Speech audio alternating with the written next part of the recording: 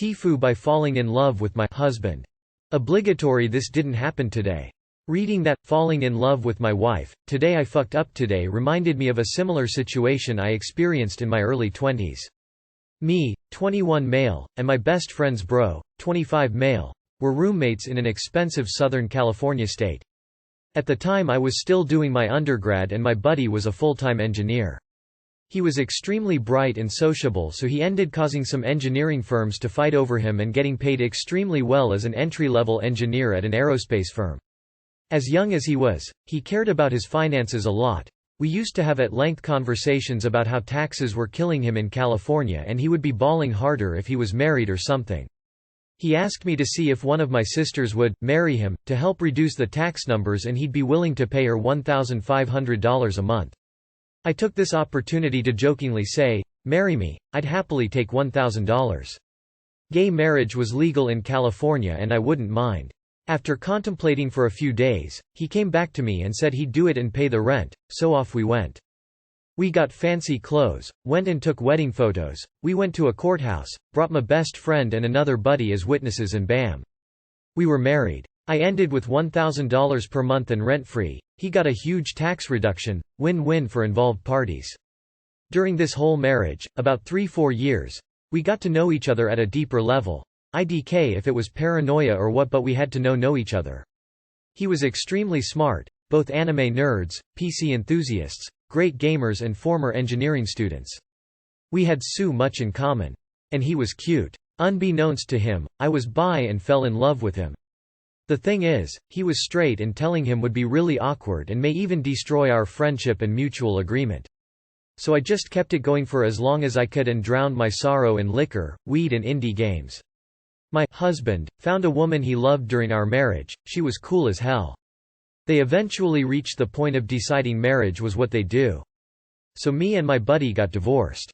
Heart shattered. Of course I was happy for them but sad for myself, so I went down a spiral but caught myself and got therapy. It helped tremendously with reorganizing my feelings and finding out I fell in love with the thought of my friend. I'm now happily married to a woman who was a good friend during college and we're all good friends. Too long did not read. Married a friend for tax purposes, fell in love with him but he's straight. Ended up depressed but eventually got therapy. Edit. Lots of people saying this is fiction in my DMs can check my post history laughing my ass off. For those saying it would make a great plot for a movie, I've been informed of Brokeback Mountain. Not gonna lie, I was totally hoping you were that other guys, the guy that fell in love with his wife when I read the title. Edit. Wow, I've gotten a 10,000 upvotes. That's gotta be the most I've ever gotten on this account. I'm glad you loved him so unselfishly. You're a good man who values the happiness of the one you love over your own desires. Also glad to hear you found someone who reciprocates your love. Brokeback Gamers. Today I learned to 1. Not make any pacts with any best friends, 2. Not get married to my best friend, 3. Not fall in love with my best friend, 4. Not get married for reasons, 5. Stay single and die. Oh, so you were friends with tax benefits?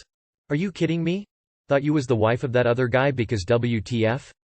Why is no one talking about how they got free rent and $1,000 a month? I'm so disappointed you weren't the wife of the other dude. That would have been internet history in the making.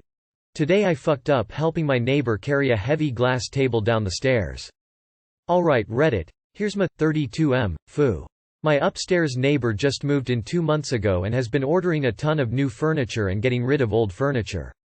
Yesterday, less than 24 hours ago, he got a new Murphy bed, NYC. So necessary if you want to use a bedroom for more than just sleeping. And needed help moving it up 4 flights of stairs. So we brought it up, took 3 people, and then we helped him carry down his old glass dining room table. As we went to set it down, my hand slipped from sweat. It was a balmy 57 degrees in Manhattan.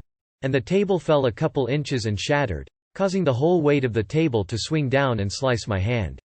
My neighbor said, "Oh shit, are you okay?" And to be honest, I couldn't feel anything. But when I looked down, my hand was squirting blood. So all I could say was, "No." He said, "Your wife is going to kill me, but we got to go get her." So we went to my apartment, holding my hand together, dripping blood all over the stairs, and rinsed it out and wrapped it up so we could get to the hospital.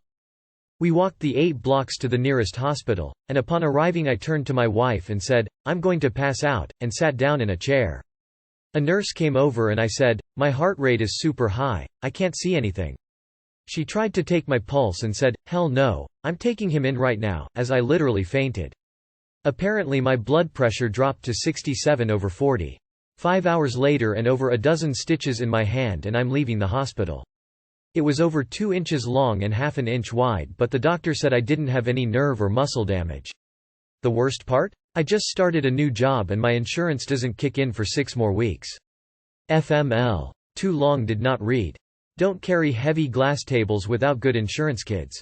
I'll try to post a picture, but warning. Gore, NSFW, NSFL. Warning. Gore. Closing square bracket opening parenthesis dot. Edit. I also want to give a shout out to my wonderful, beautiful, amazing wife who didn't even blink an eye when it came to helping me. All day today she's taken it on herself to do everything she can to help me and I just can't appreciate her enough. Neighbor sounds very nice. He knew there would be consequences from your wife but took you anyway. Walked 8 blocks to the hospital while leaking? You're a beast. You can file a claim on the renter's insurance policy. Incidents like this are covered under homeowners and renters policies. I shouldn't have clicked on that. Oh no, the table. It's broken. Is this a good time to rant about how stupid the idea of tying insurance to employment is? Bro, you almost died. Jesus Christ, I see a lot of gore at work sometimes, but this gives me the willies, and right on your hand, oof. Lucky as hell you didn't sustain some serious nerve damage. Today I fucked up by thinking a guy was going to ask me to be his Valentine. Guy. Who I met through Tinder a while ago, hung out with, became pretty decent friends with, and I were chatting, just the usual. And he suddenly asks me if he could ask a random question. Being it's a few days before Valentine's Day and the fact that we had talked about this last week about neither of us having a date, I thought he was going to ask me out for the holiday. I'm usually always the one making the first move with guys I'm interested in because I'm not one to beat around the bush, so I was kinda excited for someone to finally ask me for a change. Well, everyone. This was not what was on his mind. His question was, and I quote, "Bruh, if you had a kid would you ever drink your milk?" I cried, laughed so hard and accepted that I was going to be single forever in the few seconds that followed. TLDR. I did not get to live out my romance novel aspirations. And to answer his question, no, I probably wouldn't. Edit. I'm not asking for dating advice, y'all, lol. I have asked him out myself and we've been on dates before. I just thought his question was hilariously off course to what I was expecting, lol. Roses are red, worms make silk. Instead of a date, OP's sipping titty milk. Well, now is the time to ask him instead if you're still interested. I know you didn't ask for this, but I've nursed both of my kids. I tried it, not like a sip but just a drop. It tastes like the milk at the end of a bowl of cereal. Interestingly enough, I had too much milk and would find people looking for donations. In my search, I ended up finding weirdos online wanting to buy my milk. One guy even offered me extra to drink from the tap. I declined. Some were just weirdos, but a couple were bodybuilders who said it works the best for building muscle. So maybe he read about that somewhere and was curious? Father of 2 here. Titty milk is delicious. 100% worth trying. You need to up the age range in your search to rule out anyone who would say, bruh. If someone calls the woman, bruh, is she in the friend zone? What the hell, so would you drink your own titty milk or not? You can't leave us hanging like this. I guarantee he was gonna ask and got nervous and made a joke instead. I've done that a lot. Don't give up hope. Today I fucked up by marrying a girl and giving up on my aspirations. Obligatory throwaway account. Threads in the past days encouraged to share my story. About 26 years ago, I met this beautiful girl in my hometown. She was a brilliant, intelligent girl, with great talent in art, but she was living in an abusive family with 3 terrible siblings. As a result, she suffered from severe depression and other mental issues. A minor but noticeable handicap in her hands made things even worse, as she was being bullied in school because of it. I was myself a talented young man, studying art and theater. I loved her very much, and she was, in a way, alone in this world. I was too, for other reasons. And so I decided to stay with her, even though the relationship was never really pleasant or fun, leaving aside the first years together. Her difficult character, her mental problems, and our social and financial background. We came from one of the poorest areas of Chile, I was stabbed twice in my life during 2 different robberies, made everything so painful and so complicated. At some point, due to our financial difficulties, I had to find a job and leave school and the art projects I was working on, with great pain, as I was starting to become known in my country, and I still have newspaper clippings from the time, as she was unable to cope with a routine job due to her mental issues.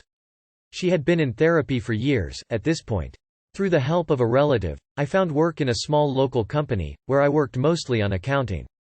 It was a true nightmare for me to shift from acting and working on a stage to work on Excel sheets and websites for a living. There was nothing bad in the job per se, but I felt it killing my soul, little by little. My dad, who was my only friend in this world and that I got to know later in life, he had been in prison for 20 years, but to me, he was the kindest person he could have ever been, died soon after, and I was left to fend for myself and for her. 22 years have passed now.